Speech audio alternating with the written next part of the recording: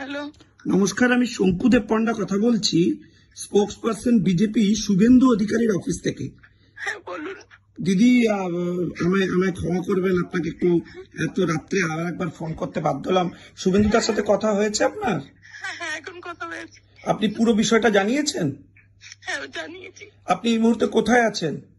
আমি শ্রীনগরে যাচ্ছি বডি নিয়ে। আচ্ছা, আপনার আপনার সাথে আপনার এখানে আসার পুরো ব্যাকআপ দেওয়ার আমরা সমস্ত রকম ব্যবস্থা করব। ওখানেও প্রশাসনের সাথে বিরোধী দলনেতা কথা বলেছেন উনি নিজে। আপনি আমার এই নাম্বারটা সেভ করে রাখুন, আমরা এখানে নামবার পরেও পুরো ব্যবস্থা করব। ইমিডিয়েটলি আপনার কি সাহায্য চাই? স্যার, ইমিডিয়েটলি আমাকে কলকাতা ফিরতে হবে। হ্যাঁ, সেগুলো যা যা অ্যারেঞ্জমেন্ট করার গভর্নমেন্ট লেভেলেও আমরা কথা বলেছি, সেগুলো সমস্ত ব্যবস্থা আমরা করছি এবং কেন্দ্র সরকারের তরফ থেকেও করা হচ্ছে। এবং শুভেন্দুদা নিজেও উদ্যোগ নিয়েছেন এবং ভারতীয় জনতা পার্টিও এটা পুরো অফিসিয়ালি দেখছেন এবং তারাও সমস্ত ব্যবস্থা করেছেন। আপনি কলকাতা নেমে কোথায় যেতে চান? হ্যালো, হ্যাঁ স্যার বলুন। আপনি নেমে কলকাতা নেমে কোথায় যেতে চান? আমি আমার বাড়ি যেতে চাই। হ্যাঁ, সেটা কোথায়? গড়িয়া। ওই গড়িয়ার যে বাড়িটা আছে তো? ঠিক আছে, ঠিক আছে, আমরা ওখানে সমস্ত অ্যারেঞ্জমেন্ট বাকি যা যা করার করছি। আর বলছি যে আমি আপনার তো ছেলেও বোধহয় সাথে রয়েছে। হ্যাঁ হ্যাঁ, ঠিক আছে, কোনো সাথে কাউকে ওখানে দিয়েছে নাকি আমরা আমাদের কোনো স্বেচ্ছাসেবককে দেবো? দিন কাউকে একজনকে দিন। ঠিক আছে, আমি দেখছি, এক্ষুনি আমরা অর্গানাইজ করছি যাতে ওখান থেকে কোনো একজন স্বেচ্ছাসেবককে প্রোভাইড করা যায়। আপনি শ্রীনগর পৌঁছন, আমরা ওখানে কমিউনিকেট করাচ্ছি। ঠিক আছে। ঠিক আছে। হ্যাঁ, আপনি একটু থাকুন, শক্ত সমর্থ থাকুন।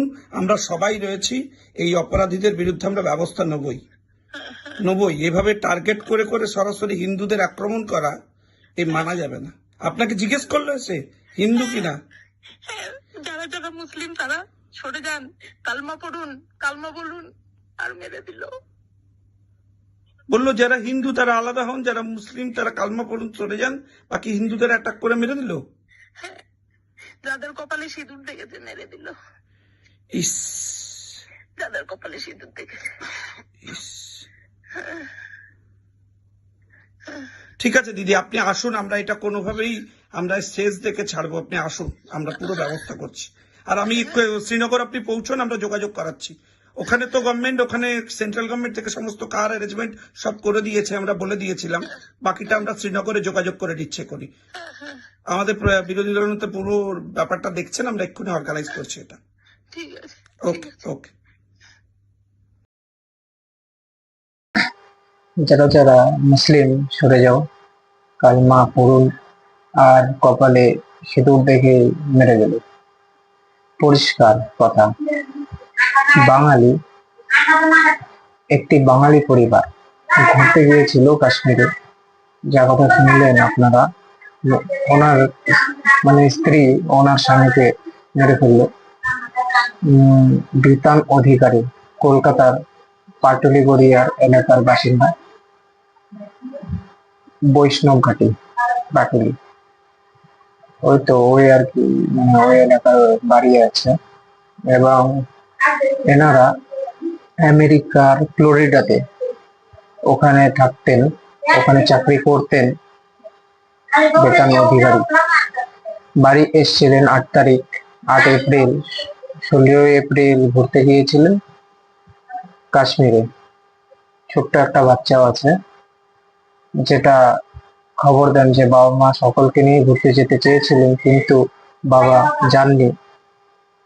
তো ওনারা স্বামী স্ত্রীরা ঘুরতে গিয়েছিলেন এবং কালকে ফেরার কথা ছিল 24, কালকে ফেরার কথা ছিল। গতকাল দুপুরেও বেশ ঘুরেছেন, ভালো করে আনন্দ করেছেন। তারপরে এই ঘটনা, হঠাৎ করে স্তব্ধ, শেষ। আপনারা শুনলেন শুভেন্দু অধিকারী যে করেছিলেন, ওনার অফিস থেকে ফোন করা হয়েছিল, যার সব সাহায্য সহযোগিতা এই মুহূর্তে প্রয়োজন সেগুলো তারা করছিল। কিন্তু ওই যে শেষ অংশে আমরা শুনলাম যে গতকাল থেকে চর্চাতে এসছে হিন্দু জেনেই গুলি চালিয়ে দেওয়া হয়। কারা হিন্দু কারা মুসলিম, কারা মুসলিম নন, তো তার জন্য কলমা পড়া, এগুলো চেক করার জন্য, কলমা করো, যে মুসলিম যদি থাকে তাহলে কলমা করো, মানে তাহলে চিহ্নিত করা যাবে, তারা জানবে। সুতরাং এটা আইডেন্টিফাই করা হবে। অনেক জায়গায় সিঁদুর দেখেছেন, আবার অনেক জায়গায় শোনা হলো যে প্যান্ট খুলে চেক করা হয়েছে, মানে দেখা হয়েছে যে মুসলিম কি হিন্দু। হিন্দু দেখলেই পট করে গুলি মেরে মেরে ফেলছে। যে একজন স্বামীকে মেরে দেওয়ার পর স্ত্রী চিৎকার করে বলছেন যে অসহায় হয়ে, মানে কি করতে পারছিলেন, মানে স্ত্রীরা বলছে যে আমাকেও গুলি করে মেরে ফেলো, আমরা কেন বেঁচে থাকবো, আমরা স্বামীকে মেরে ফেললাম। তো তারা কি বলে বলে মোদিকে বলে। দর্শক, এইসব নিয়ে তথ্য আসছে, যে আরো হয়তো আসবে। যে ঘটনা ঘটিয়েছে, একটা সংগঠনের নাম উঠে আসছে, একটা সংগঠনের নাম উঠে এসছে যে TRF, দা রেজিস্টার ফ্রন্ট বলে একটা শাখা সংগঠন।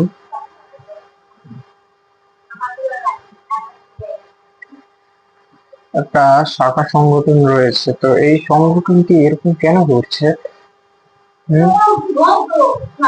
পাকিস্তান বেষ্টিত এই সংগঠনটা রয়েছে, তো এর জন্য ওরা জঙ্গি হামলা করে দেবে, আর ভারত কিছু করতে পারছে না। কি করবে ভারত? মানে ওরা তো 25-28 জনকে মেরে ফেললো, মানে সব পর্যটক ছিলেন, টুরিস্ট ছিলেন। মহারাষ্ট্র, তামিলনাড়ু, তারপর দিল্লি, ওই কাশ্মীরের ওই এলাকায় পেহেলগাম, ওই একটা ভালো একটা টুরিস্ট প্লেস, খুব একটা ভালো জায়গা, যেখানে মিনি সুইজারল্যান্ডও বলা হয়। ঘুরতে যান অনেক মানুষই, মানে ঘুরতে যাওয়াটা তো অন্যায় না, না, ওখানে বাঙালিও ঘুরতে যেতে পছন্দ করে। তো কি ভাবছিলেন যে এই ঘটনা ঘটেছে, আমাদের বাঙালি নেই? ঠিক, একজন বাঙালি বেরিয়ে গেল। মুর্শিদাবাদেরও একজন রয়েছে। সব থেকে বড় বিষয় যে যে হাবড়া জঙ্গি জঙ্গি হামলা এর আগেও হয়েছে, কিন্তু এইরকম আইডেন্টিফাই করে করে মেরে ফেলা ইদানিং কালে। তো আগে তো কাশ্মীরের পণ্ডিতদের মেরে ফেলা হতো, এই ধরনের একটা ঘটনা আশ্চর্যজনক। আগেও হয়েছে, মানে এইবার তো আইডেন্টিফাই করে করে মারা হচ্ছে, মানে সেনা জওয়ানদের উপরে অ্যাটাক করছে।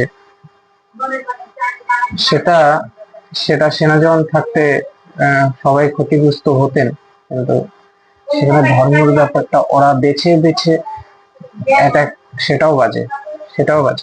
সেখানে জঙ্গি হামলাই বাজে।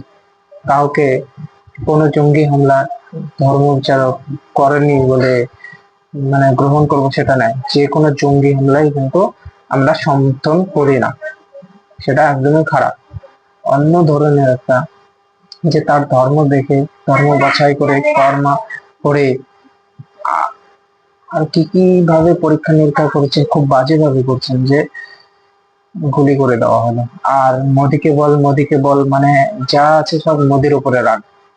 আর মোদি তো সৌদি আরবে গিয়েছিলেন, তো সবকিছু কাজ ছাড়খাড় করে চলে আসছেন। কালকে অমিত শাহ পৌঁছেছেন এদিকে। এর জবাব দিতে হবে, তো এর জবাব খুব কঠিন জবাব, কিন্তু দিতে হবে। সোশ্যাল মিডিয়াতে নানা কিছু বক্তব্য ভেসে আসছে, যে ইত্যাদি। এখন কারণটা কি সেটা নিয়ে প্রশ্ন উঠছে। একটা বলা হচ্ছে যে 370 ধারা খারিজ করে দেওয়া।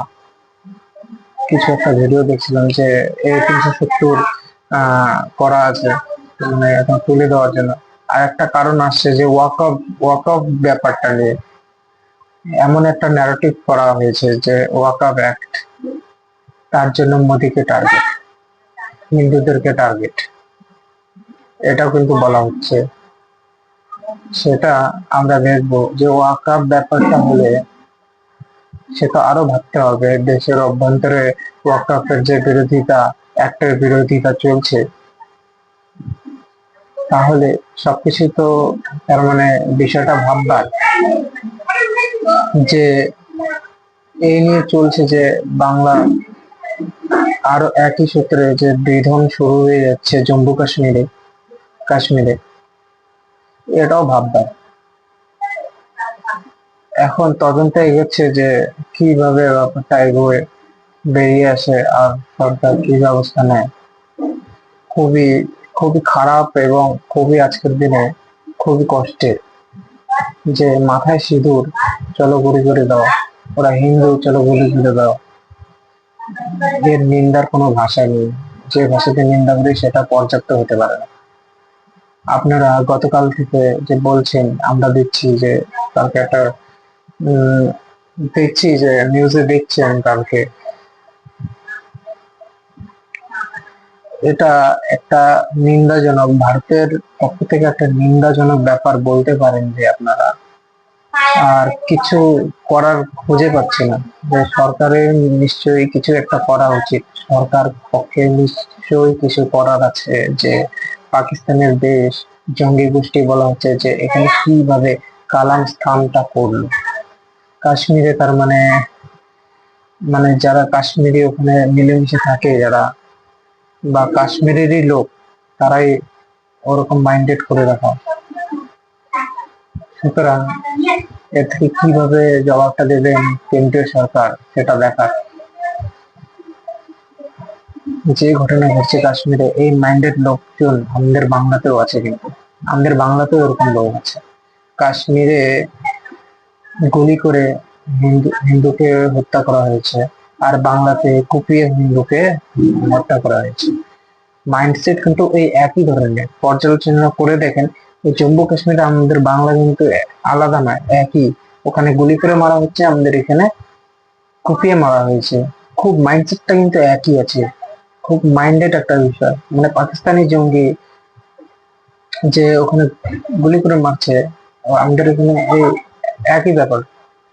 এই কাশ্মীরের লোকের সাথে একটা যোগ আছে জায়গা পাওয়ার ক্ষেত্রে, একটা জায়গা নিয়ে যে অ্যাটাক করবে, এই পাওয়ার রাখা, যে এটা থাকতে হবে না। আর পরিচয় খোঁজা, এই পাকিস্তান থেকে এসে যে অ্যাটাক করছে এরকম না। মানে ওই কাশ্মীরেরই ওখানকার লোক, যে লিঙ্ক কিন্তু ওই পাকিস্তানের সাথেই আছে। পাকিস্তানের সেটা সেটা না, এটা কাশ্মীরেরই লোক করেছে। তো লিঙ্ক কিন্তু ওই একই, পাকিস্তানের সাথেই আছে, দেশের বিভিন্ন প্রান্তে ছড়িয়ে আছে। আর আমরা বাংলাতে এই যে উদ্বিগ্ন আমরা রয়েছি, দেশের ক্ষতি করার মতো বিষয় এটা প্রশ্রয় দেওয়া হচ্ছে। তো যে ঘটনা ঘটেছে, এরপর কেন্দ্রীয় সরকারকে সব দিকে অ্যালার্ট হতে হবে, শুধু কাশ্মীর না, আমাদের বাংলা বর্ডারটা নিয়েও ভাবতে হবে, বাংলার বর্ডারটা নিয়েও ভাবতে হবে। কারণ এখানে অত্যন্ত নৃশংস মন মানসিকতা তৈরি হয়েছে। আপনারা দেখছেন যে কি ঘটনা ঘটেছে। তো যাই হোক, এখন তো বাড়ি ফিরে আসার কথা। যে স্ত্রীর নাম হচ্ছে সোহিনী রায় অধিকারী, সোহিনী রায় অধিকারীকে বাড়ি ফিরিয়ে নিয়ে আসা হচ্ছে। খুব ভালো লাইফ ছিল তাদের, যে আমেরিকাতে ফ্লোরিডাতে তারা বাস করতেন। দেশের ছুটি নিয়ে এসে সব শেষ হয়ে গেল, আর ফিরতে পারবেন না সেভাবে। অল্প বেশি দিন হয়নি ওরা বিয়ে করেছিল, বিবাহিত বয়স খুব কম ছিল, তার মধ্যে এইভাবে শেষ হয়ে যাওয়াটা খুবই মেনে নেওয়া যায় না, মেনে নেওয়া যায় না। আপনারা বলবেন যে কিছু বলার থেকে নিয়ে অবশ্যই কমেন্টের মধ্যে জানাবেন। আমি অসীম।